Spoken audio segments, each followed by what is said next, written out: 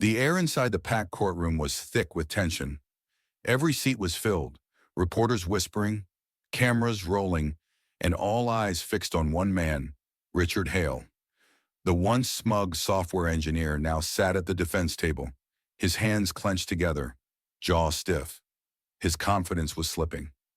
Seated in the witness chair, 5-year-old Emily Carter gripped the leash of her therapy dog, Rex.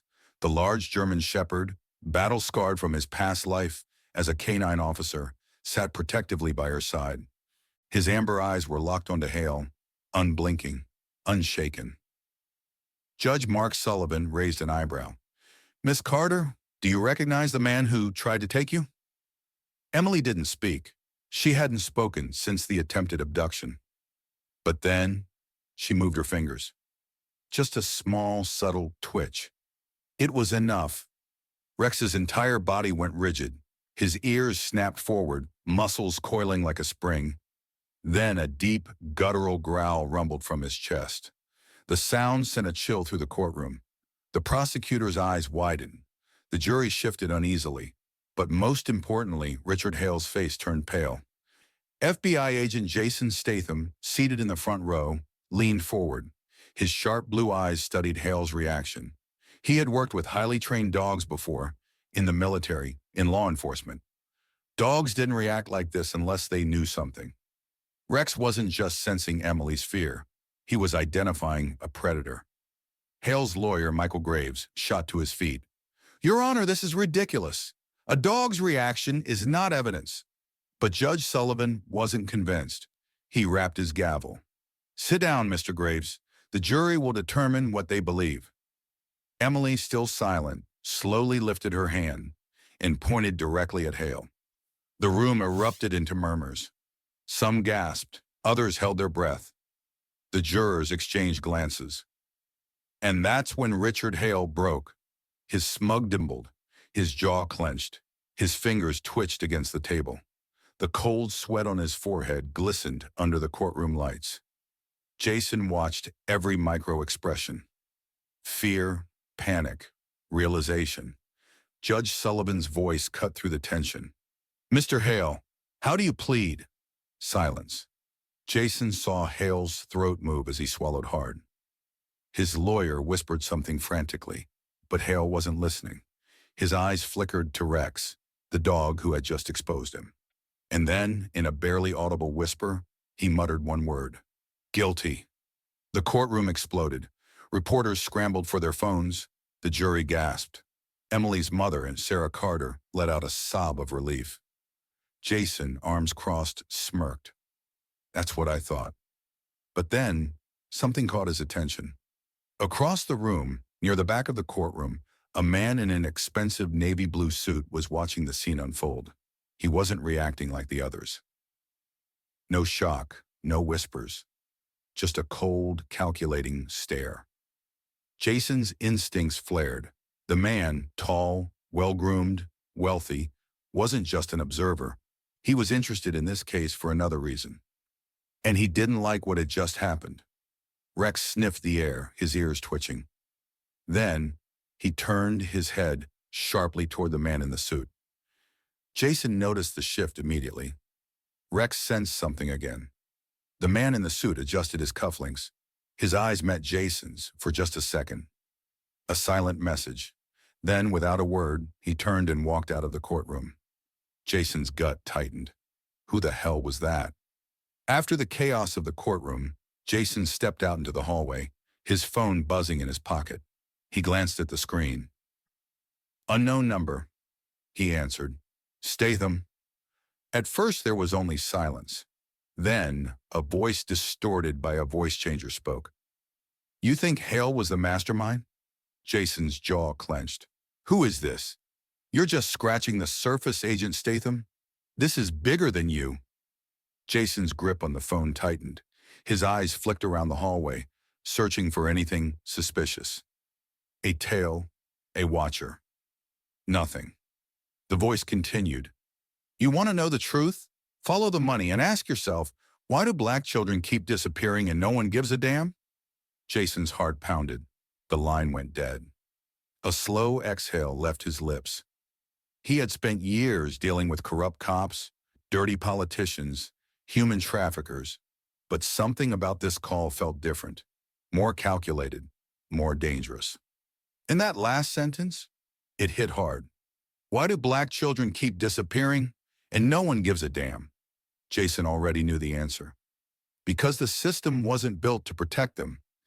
And now whoever was behind this knew Jason was getting close. The line went dead. A slow exhale left his lips.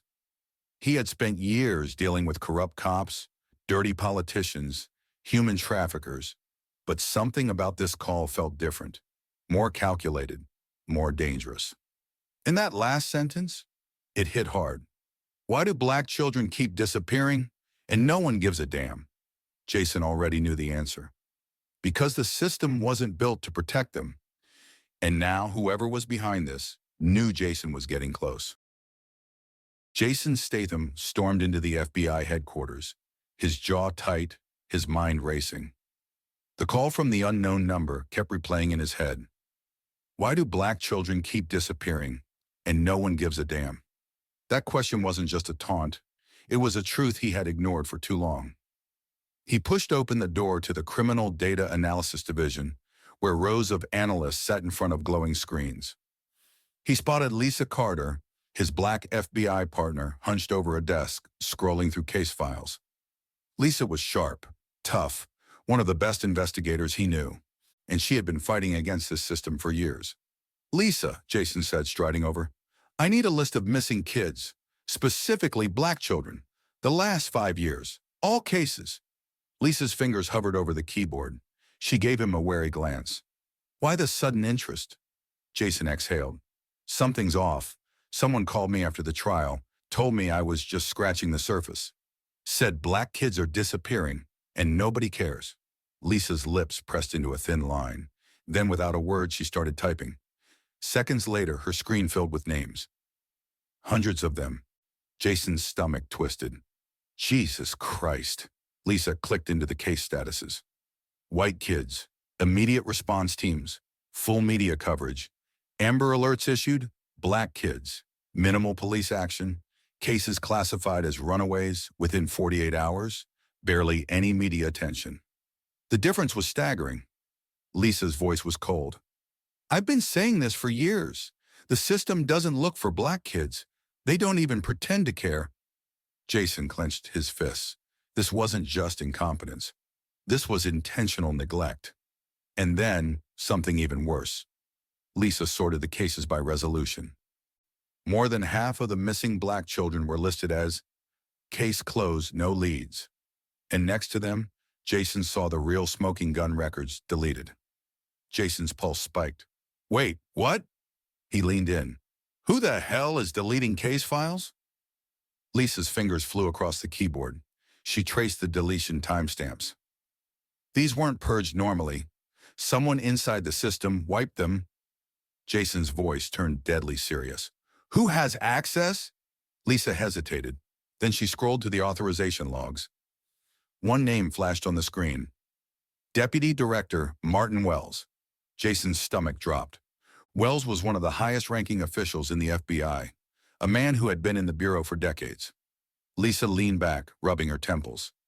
If Wells is covering up missing black kids, we're dealing with something bigger than just Richard Hale. Jason exhaled. "We need to go deeper." Jason and Lisa dug through every trace of evidence they could find. They cross-referenced surveillance footage from reported abduction sites. They analyzed license plates. They checked financial records of suspected kidnappers. And that's when Jason saw it. A pattern. Every few months, a cluster of black children disappeared in different cities. The locations were always major metropolitan areas: Chicago, Atlanta, New York, Baltimore. And every single time, a different police department failed to investigate properly. Lisa frowned. "It's coordinated. This isn't just negligence. They're actively making sure these kids disappear without a trace." Jason gritted his teeth. "And the media? They don't cover it. They don't care." Lisa scoffed. "When a white kid goes missing, it's national news. When a black kid goes missing, it's a statistic." Jason leaned back, rubbing his chin. This isn't just child trafficking. This is something bigger. Lisa narrowed her eyes. You thinking? Government ties? Jason's gut screamed yes. Before he could answer, bang! The door slammed open. Agent Tom Henderson, one of Jason's colleagues, strode in. His face was pale. You guys need to see this. He tossed a manila folder onto the desk. Lisa opened it. Jason leaned over her shoulder. Inside were copies of emails, encrypted messages between Martin Wells and unknown recipients. One email stood out. From Martin Wells to, redacted. Date, 2 weeks ago. I've done my part. The files are gone. The operations continue as planned. The higher-ups will handle any loose ends. The agent is snooping around. Statham needs to be watched. Jason's blood ran cold. Lisa's eyes widened. They're watching you. Jason clenched his jaw. Let them. Jason and Lisa took everything they had and searched for the next piece of the puzzle. One name kept coming up, Officer Greg Mathis, a white cop in Chicago. Had been involved in 3 separate cases of missing black children. Never filed official reports. Recently bought a $300,000 house in cash. Jason gritted his teeth. Bastard got paid off. Lisa nodded grimly. We bring him in? Jason shook his head. No, he'll just lawyer up. We go undercover. Lisa raised an eyebrow. And do what? Jason smirked. We make him think he's untouchable. Then we get him to slip up. Lisa crossed her arms. Jason, you realize what we're doing, right? Jason's expression darkened. Yeah, we're walking straight into a racist, corrupt system. But if we don't, who will? Lisa nodded, determination flashing in her eyes. Then let's take these bastards down. The rain pounded against the windshield as Jason Statham's black FBI SUV rolled to a stop outside a worn-down apartment complex in South Chicago. The air was thick with moisture, the streets dimly lit by flickering streetlights.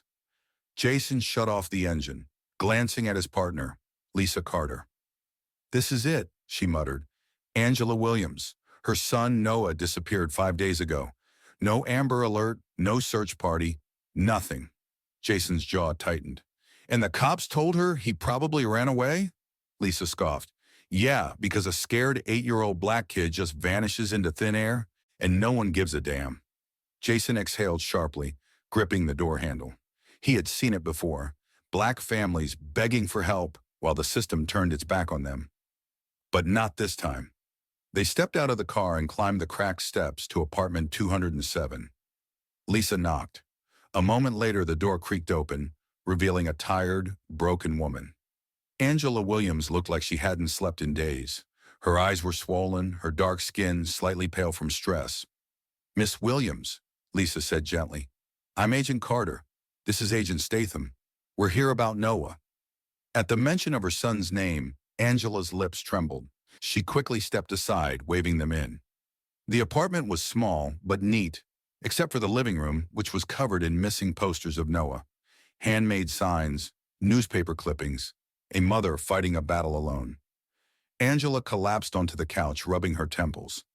You're the first people who actually care, she whispered. Jason sat across from her, his voice calm but firm. Tell us everything. Angela took a shaky breath.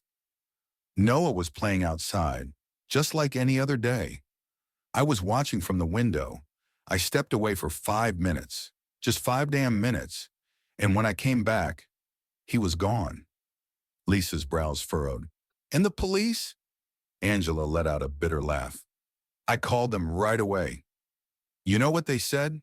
She looked Jason dead in the eyes, her voice breaking.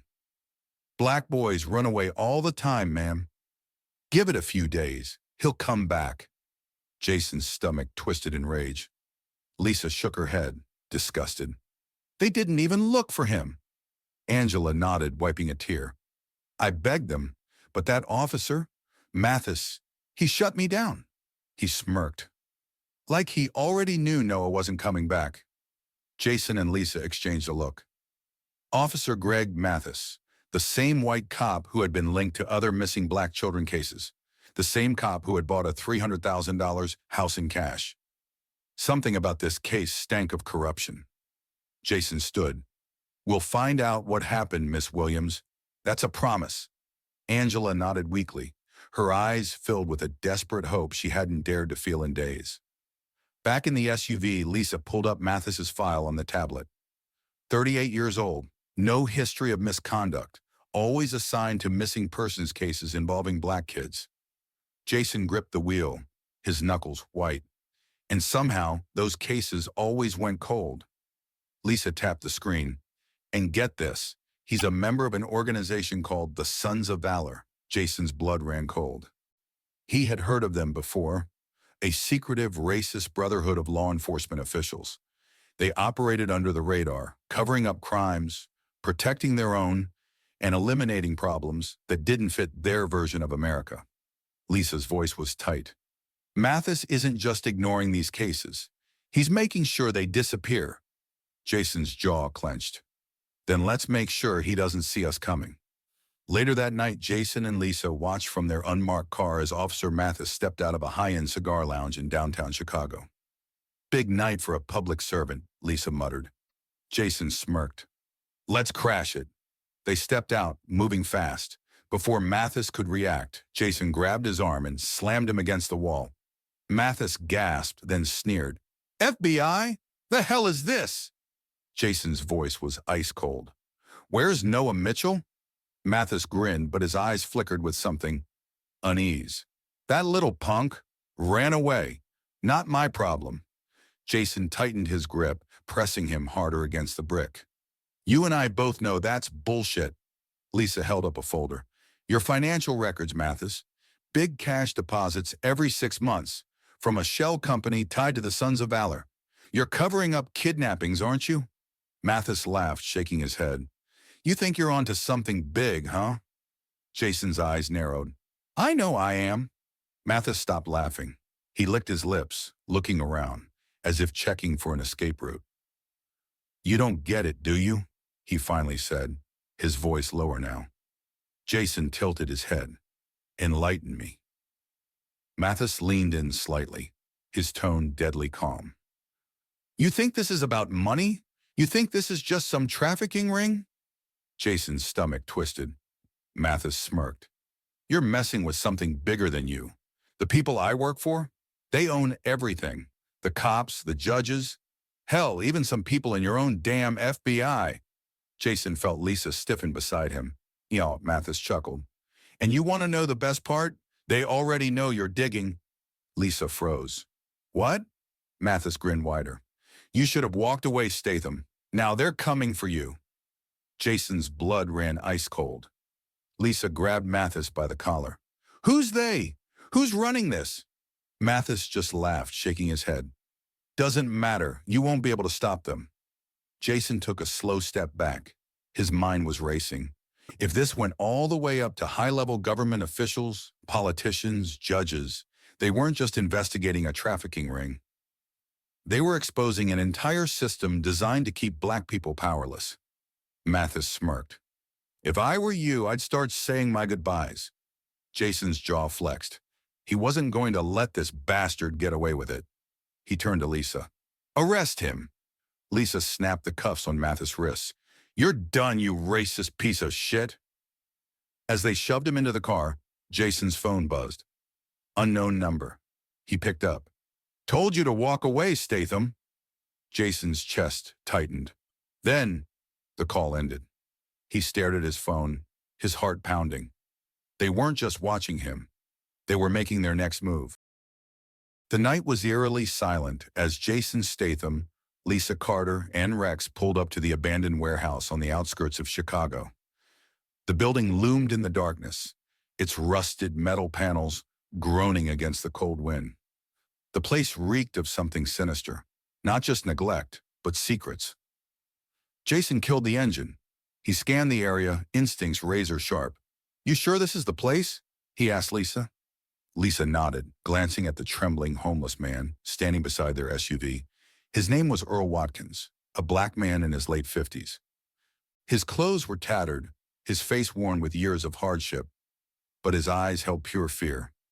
I saw them bring the boy here, Earl said, voice shaky. Ain't the first time either. They take black kids. I tried telling the cops, but...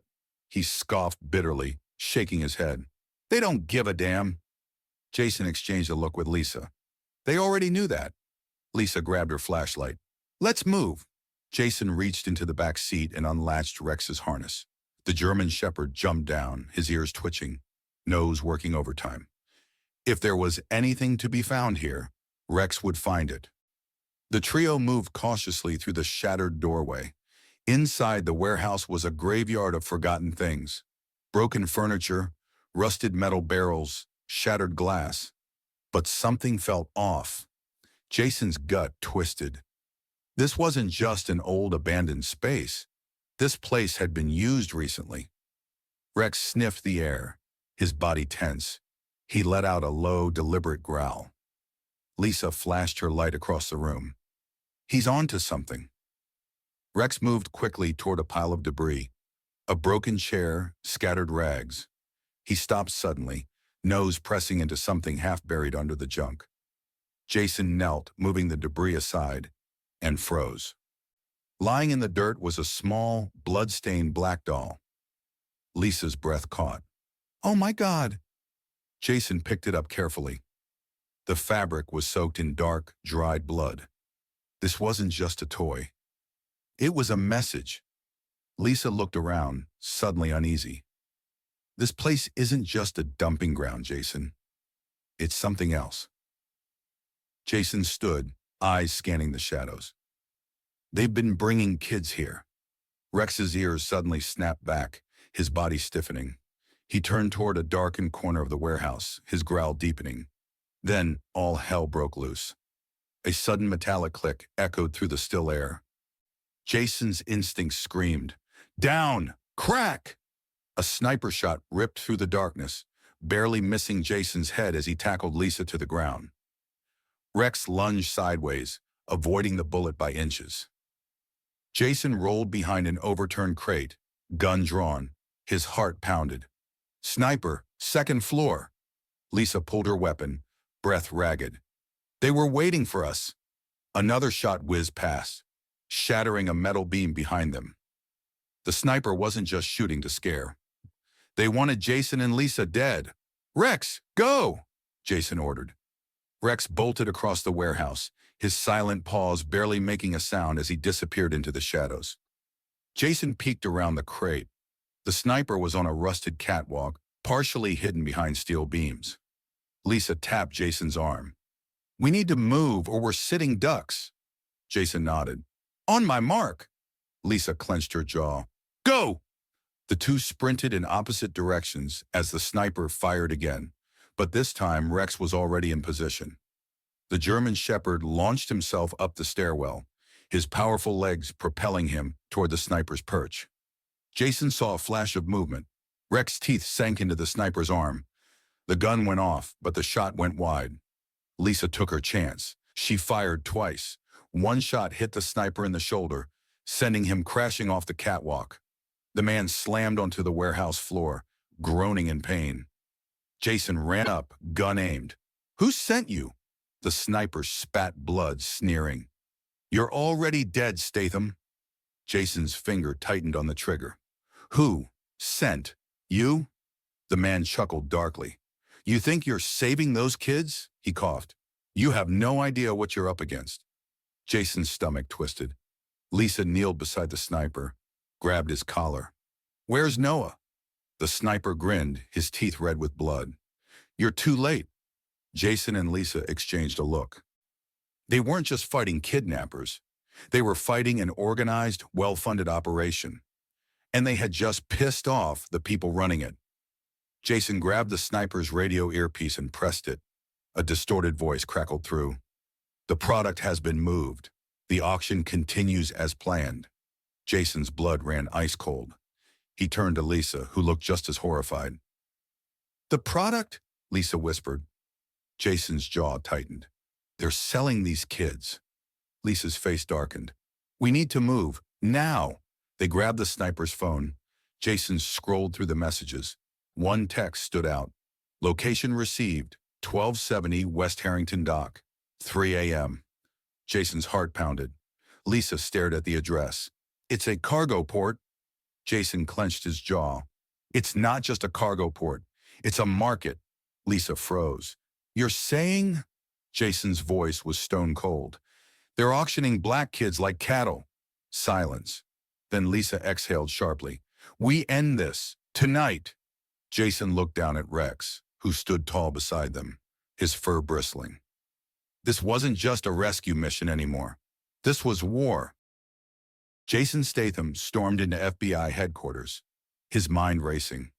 The auction, the missing black kids, the sniper's dying words. It all pointed to one terrifying reality. This wasn't just a trafficking ring. It was something much bigger. He walked straight into Assistant Director Henry Dalton's office, his boss, a hardened FBI veteran with 30 years in the bureau.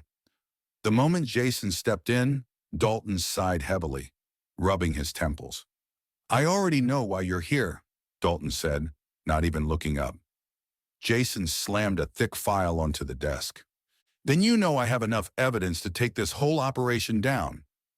Dalton glanced at the file, flipping through images of missing black children, wire transfers, and corrupt cops protecting the operation.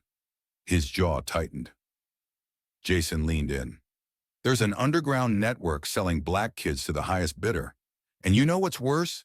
Our own damn system is covering for them. Dalton slowly closed the file, his eyes finally meeting Jason's. Drop it. Jason's blood ran cold. Dalton's voice was lower now, dead serious. This case is above your pay grade, Statham. Walk away. Jason scoffed. Walk away? Black kids are disappearing and you're telling me to ignore it? Dalton stood, voice sharp. I'm telling you that you don't know who you're messing with. These people, they don't just kill to protect their secrets. They erase you. Jason clenched his fists. So what? We let them keep doing this? Dalton exhaled, shoulders heavy. I don't like it either, but you're making enemies you can't afford to make. Jason shook his head, voice ice cold. I don't care how powerful they are. I'm taking them down. Dalton looked at him for a long moment. Then finally he sighed. You were a good agent, Statham. Jason's heart pounded.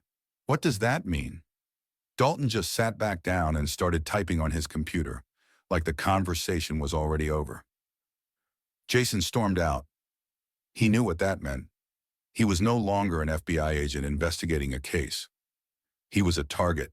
That night, Jason pulled into his driveway, tension thick in his chest. He stepped out of his car, eyes scanning the shadows. The street was quiet, too quiet. Something felt off.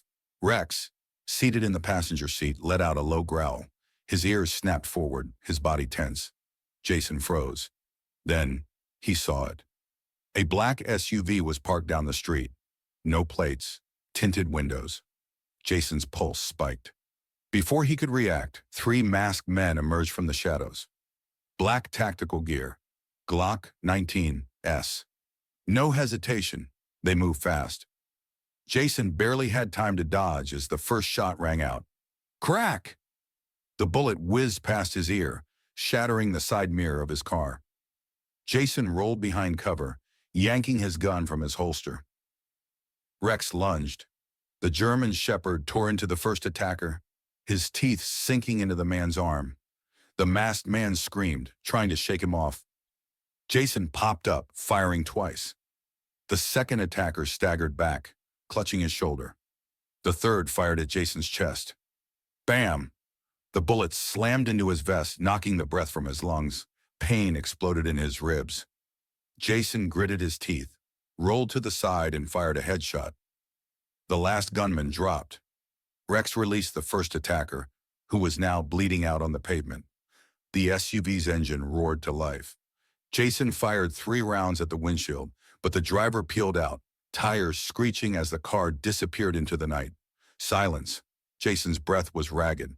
His ribs ached like hell. His ears rang from the gunfire. Rex panted, his fur bristling with adrenaline.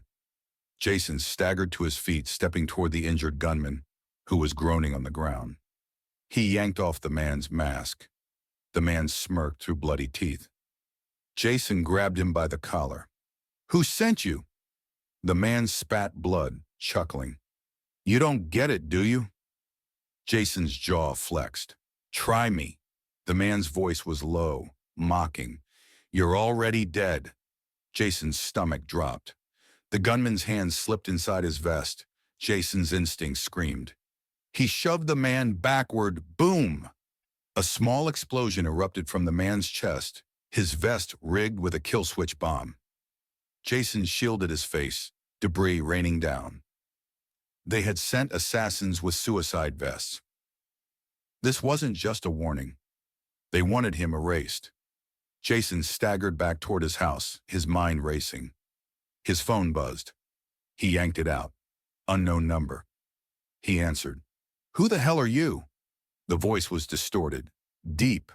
"Walk away, Statham, or you'll disappear just like those kids." Jason's grip tightened. "Go to hell," the caller laughed. "You think you're saving them? You're not. We own this country, Statham. And you're just another disposable pawn." Jason's heart pounded. "I'll find you." The caller's tone darkened. "You already have. The question is, how long will you stay alive?" Click. The line went dead. Jason stood in the wreckage of the gunfight, his blood boiling. They weren't just hunting kids. They weren't just trafficking victims. They were controlling black lives, silencing voices, and killing anyone who tried to stop them. Jason clenched his fists. Not this time. This wasn't just a case anymore. This was war. The air was thick with tension as Jason Statham gripped the steering wheel, his eyes locked on the darkened road ahead. Lisa Carter sat beside him, dressed in an expensive black gown, her hands resting on her lap, but Jason could see the tension in her shoulders. They were going straight into the belly of the beast. The location they tracked from the sniper's phone led to a remote mansion in upstate New York, an estate hidden deep within private land, guarded like a fortress. This wasn't just a trafficking operation. This was an elite playground for the worst kind of monsters. Lisa exhaled. "Once I'm in, I'll try to find where they're keeping the kids. You sure you can get past security?" Jason smirked. "Yeah, if not." He glanced at the back seat where Rex sat, ears perked, eyes burning with silent fury. "I brought backup." Rex let out a low growl, as if he understood exactly what was coming. Lisa nodded, adjusting the hidden mic in her dress. "All right, let's do this." Jason pulled up to the gates of hell. Inside the lavish ballroom, the air was filled with laughter, expensive champagne, and the stench of privilege. Lisa moved carefully through the crowd, her disgust hidden beneath a fake smile. Wealthy men and women, judges, CEOs, politicians, all dressed in black tie attire, sipping expensive wine as if they weren't monsters. And then she saw it, a raised platform at the end of the room. A stage. Lisa's stomach turned. A young black boy stood at the center, his eyes hollow, his hands trembling. He couldn't have been older than 10. A man in a white tuxedo stepped forward, lifting a microphone. His voice was smooth, charismatic, and pure evil. "Welcome, ladies and gentlemen, to tonight's exclusive offering, a once-in-a-lifetime opportunity." Lisa's hands curled into fists. She pressed down on the hidden button in her earring, activating the signal to Jason. Outside, Jason received the signal. Showtime. He stepped out of the shadows, his silenced pistol raised, and took out the first guard with a single shot to the knee. The man collapsed, screaming. The second guard whirled around, too slow. Jason grabbed him by the throat, slammed him into the steel gate, and delivered a brutal knee to the ribs. Crack! The guard slumped to the ground, unconscious. Jason turned to Rex. "Go!" Rex bolted forward, leaping over the unconscious bodies, his teeth bared. Inside, Lisa moved closer to the stage, scanning the room. Where was the mastermind? Then she saw him. Senator William Keaton, a high-ranking U.S. politician known for his tough-on-crime speeches and America First rhetoric. Lisa's blood ran cold. He wasn't just involved. He was running this. Keaton raised his champagne glass, smiling. "Shall we start the bidding?" Lisa whispered into her mic. "Jason, it's Keaton. The bastard's here." But before Jason could respond, the alarms blared. Security poured into the ballroom. Jason burst through the main doors, gun raised. "Nobody move!" he barked. The room erupted into chaos. Men reached for weapons, but Jason was faster. Bang! One shot. A security guard dropped. At bang! Another went down. Rex launched himself at a third guard, teeth sinking into his arm, sending him crashing into a table. Lisa grabbed a champagne bottle and smashed it over the head of a fleeing guest. Jason advanced toward the stage, his eyes locked on Keaton. The senator slowly backed away, reaching into his jacket. Jason snapped up his gun. "Move and I put you in the ground." Keaton smirked. "You think you can stop this?" Jason's finger tightened on the trigger. "I don't think. I know." Keaton took a slow step forward, hands raised in mock surrender. And then he made a mistake. His sleeve slipped up just an inch. Just enough for Jason to see the tattoo on his wrist. A white serpent wrapped around a sword. The mark of the white power movement. And Jason wasn't the only one who saw it. Rex snarled, his entire body going rigid. His ears snapped back, his growl low and deadly. Keaton froze. Rex lunged. The German shepherd clamped his teeth around Keaton's wrist, biting down hard. Keaton screamed. Jason moved fast. He grabbed the senator, slammed him against the podium, and twisted his arm back. "You've got two options," Jason hissed. "Confess, or I let him finish the job." Keaton's face twisted in pain. Lisa pulled out her phone, recording. "Go ahead, Senator. Let America hear the truth." Keaton gritted his teeth. "You think this ends with me?" Jason pressed it harder. "You first." Keaton let out a pained laugh. "You don't get it. This country was built for men like me. You can take me down, but the system? It lives on." Jason growled. "Not tonight." He yanked Keaton forward and drove his fist into the senator's face. Crack! Keaton collapsed, unconscious. The crowd watched in stunned silence. Lisa smiled at her phone. Got it all. The doors burst open. FBI agents swarmed the room. Lisa's secret backup had arrived. The operation was over. As Keaton was dragged away in cuffs, Jason stood outside the mansion, staring at the night sky. Lisa walked up beside him. "We did it." Jason exhaled. "Did we?" Lisa frowned. "Keaton's finished. This whole network's exposed." Jason's jaw tightened. "Keaton wasn't lying. This goes deeper. He was just another puppet." Lisa swallowed hard. "So what now?" Jason looked down at Rex, who was watching the horizon, ears still twitching. Jason exhaled. "Now, we find the real boss." Rex let out a low growl, as if he already knew. The war wasn't over. It had just begun. The sirens screamed in the distance. Red and blue lights flashed against the dark night as FBI vehicles surrounded the massive estate. Jason Statham stood at the center of it all, his knuckles bloodied, his breath ragged. Senator William Keaton lay on the ground in cuffs, his once pristine suit now smeared with dirt and sweat. The auction had been exposed. The truth was finally out. Lisa Carter stood beside Jason, phone still recording, capturing every second of the takedown. "This is it," she whispered. "We got him." But Jason's gut said otherwise. Something wasn't right. Jason turned at the sound of screeching tires. 3 black SUVs rolled in, but they weren't FBI. Lisa tensed. "Those aren't our guys." The doors slammed open, and heavily armed officers poured out, but Jason immediately recognized the badges. Local police. The same department that had ignored the missing black kids.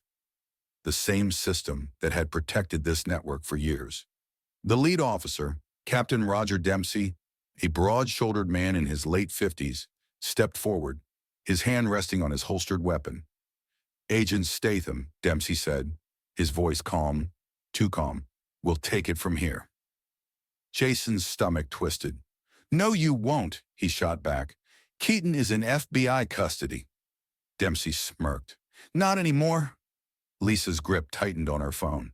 You gotta be kidding me. Dempsey waved a hand. And before Jason could react, two officers rushed forward and grabbed Keaton, yanking him to his feet. Jason stepped in front of them. You have no jurisdiction here. Dempsey tilted his head. You sure about that? And that's when Jason heard it. Click. His blood ran cold. He turned his head slowly. One of the officers had his gun aimed directly at Jason's chest. Jason clenched his jaw. You're making a mistake. Dempsey chuckled. No, Statham, you did. Lisa took a slow step back, still streaming the entire encounter live. You know people are watching this, right? She said, voice calm but sharp. You pull that trigger, and the whole world sees it. Dempsey's smile faltered. But Keaton? He smirked. And that's when Jason realized the truth. Keaton was never afraid of getting arrested, because he knew the system would protect him. And if Jason and Lisa weren't careful, the system would erase them too. For a long moment, no one moved. The corrupt officers kept their guns raised. Rex stood at Jason's side, growling low, sensing the tension. Jason's mind raced. He could take them down. He had 5 shots in the mag, 3 hostiles in front of him. He could do it. But that wasn't the fight. The real fight was exposing this before they covered it up again. Lisa's voice was steady but urgent. Jason, we need to make a move, now! Jason exhaled sharply. He lowered his gun, just an inch. And then he smirked. You already lost, Dempsey, he said. Dempsey frowned. The hell are you talking about? Jason tilted his chin toward Lisa's phone. Millions of people are watching this right now. You want to explain to the world why the cops are protecting a known trafficker? Dempsey stiffened. Lisa turned her screen around, showing the exploding view count. The comments were flooding in. WTF? The police are trying to free the trafficker? Corrupt cops exposed on live stream. Do not let them take Keaton. This is bigger than we thought. Dempsey's face darkened. Jason saw the moment he realized he lost. Keaton's smirk disappeared. Dempsey glanced at his men, then back at Jason. You son of a bitch, he muttered. Jason grinned. Yeah, I get that a lot. A new wave of sirens filled the air. This time, FBI. Dempsey cursed under his breath as federal agents stormed in. Captain Dempsey, stand down, an FBI commander barked. Jason crossed his arms. You gonna resist, Captain? On live TV? Dempsey's fist clenched. Then he slowly stepped back. The corrupt officers lowered their weapons. The crowd of FBI agents moved in, taking Keaton back into custody. Jason let out a slow breath. They won. Lisa held up her phone. And just like that, America sees the truth. Jason nodded. But we're not done. Lisa frowned. What do you mean? Jason turned to one of the FBI agents. Get Keaton in the van. Protective custody. Full lockdown. He's not dying before he talks? The agent nodded and left. Jason glanced back at the mansion. His mind was still spinning. Keaton was powerful, connected. But something about this felt too easy. Lisa noticed his expression. You're still thinking about what Keaton said, aren't you? Jason nodded. He said he was just a piece of it. Lisa hesitated. You think there's someone bigger? Jason stared into the distance. Not thought. He knew. He reached into his jacket, pulling out the sniper's burner phone, the one they had taken earlier that night. He flipped it open, scrolling through the messages. Then, his heart stopped. One final text sat unread. From, unknown. Received 30 minutes ago. Jason read it. Keaton served his purpose. We let them catch him. He was just a face. The real operation is still running. Jason's stomach twisted. Lisa frowned. What is it? Jason slowly looked up. The traffickers were just pawns, he muttered. Lisa's eyes widened. Then who's running it? Jason's grip tightened on the phone. He didn't have an answer. Not yet. But whoever it was, they weren't done. And neither was he.